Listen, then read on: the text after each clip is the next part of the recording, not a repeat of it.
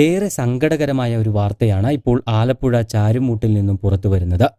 ചാരുമൂട് സ്മിതാനിവാസിൽ സ്രാവിൻ കൃഷ്ണ എന്ന 11-കാരന്റെ മരണം ഒരു നാടിനെ ഒന്നടങ്കം ഞെട്ടിച്ചിരിക്കുകയാണ്. സ്രാവിൻ ജീവിതത്തിലേക്ക് തിരിച്ചുവരുമെന്ന പ്രതീക്ഷയിലായിരുന്നു ബന്ധുക്കളും നാട്ടുകാരുമെല്ലാം.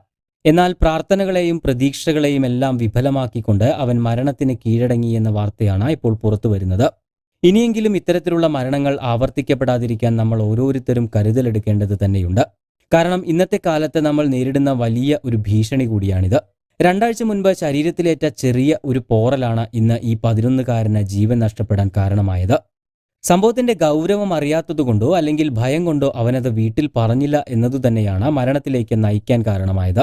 അതുകൊണ്ട് തന്നെ എല്ലാ മാതാപിതാക്കളും നമ്മുടെ കുട്ടികളെ നിർബന്ധമായും ഈ കാര്യങ്ങൾ പറഞ്ഞു മനസ്സിലാക്കുക തന്നെ വേണം. കഴിഞ്ഞ ആഴ്ചയാണ് ആ കുട്ടിക്ക് കടുത്ത പനി അനുഭവപ്പെടുന്നത്. തുടർന്ന് പല ആശുപത്രികളിൽ കാണിച്ചിട്ടും കുറവുണ്ടായിരുന്നില്ല.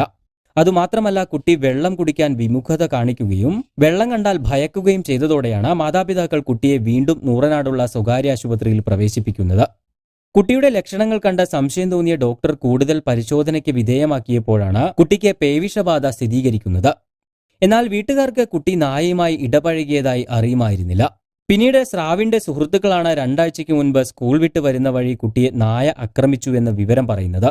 സൈക്കിളിൽ വരുന്ന വഴി നായ ആക്രമിക്കുകയും തുടർന്ന് സൈക്കിളിൽ നിന്നും കുട്ടി വീഴുകയും ചെയ്തിരുന്നു.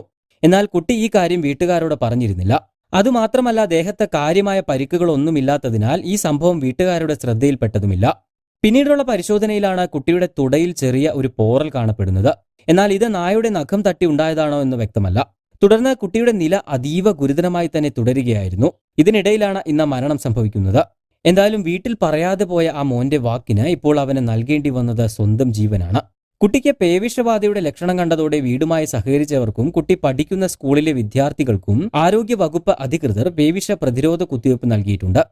എത്രയെത്ര ബോധവൽക്കരണ പ്രവർത്തനങ്ങൾ നടന്നാലും പേവിഷബാധ മരണങ്ങൾ ആവർത്തിക്കപ്പെടുന്നു എന്നത് ഗൗരവമേറിയ ഒരു വസ്തുത തന്നെയാണ്. പേവിഷബാധയ്ക്ക് കാരണം ലിസ റാബിസ് എന്ന ഇനം RNA വൈറസുകളാണ്.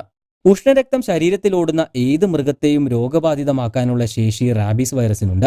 വൈറസ് ബാധിച്ച മൃഗങ്ങളുടെ കടിയോ മാന്തോ അല്ലെങ്കിൽ അവയുടെ ഉമിനീർ മുറിവുകളിൽ പുരളുകയോ ചെയ്യുന്ന സാഹചര്യങ്ങളിൽ നമ്മുടെ ശരീരത്തിൽ കയറിക്കൂടി നാഡികളിൽ പെരുകാനിടയുള്ള റാബിസ് വൈറസുകളെ അടിയന്തര ചികിത്സകളിലൂടെയും കൃത്യമായ ഇടവേളകളിൽ എടുക്കുന്ന പ്രതിരോധ കുത്തിവയ്പ്പുകളിലൂടെയും 100% ഫലപ്രദമായി പ്രതിരോധിക്കാൻ സാധിക്കും. എന്നാൽ പേവിഷബാധ സംശയിക്കാവുന്ന മൃഗങ്ങളുമായി സമ്പർക്കമുണ്ടായിട്ടും പ്രതിരോധ കുത്തിവയ്പ് കൃത്യമായി സ്വീകരിക്കുന്നതിൽ വരുത്തുന്ന വീഴ്ചയും ജാഗ്രത കുറവുമാണ് ജീവഹാനി വരുത്തിവെക്കുന്നത്. വൈറസ് ശരീരത്തിലെത്തി രോഗലക്ഷണങ്ങൾ പ്രകടമാകുന്നത് വരെയുള്ള ഇടവേള സമയം 1 ആഴ്ച മുതൽ 3 മാസം വരെ നീളും. കൂടുതൽ വാർത്തകൾക്കും വിശേഷങ്ങൾക്കും ചാനൽ സബ്സ്ക്രൈബ് ചെയ്യാൻ മറക്കരുത്.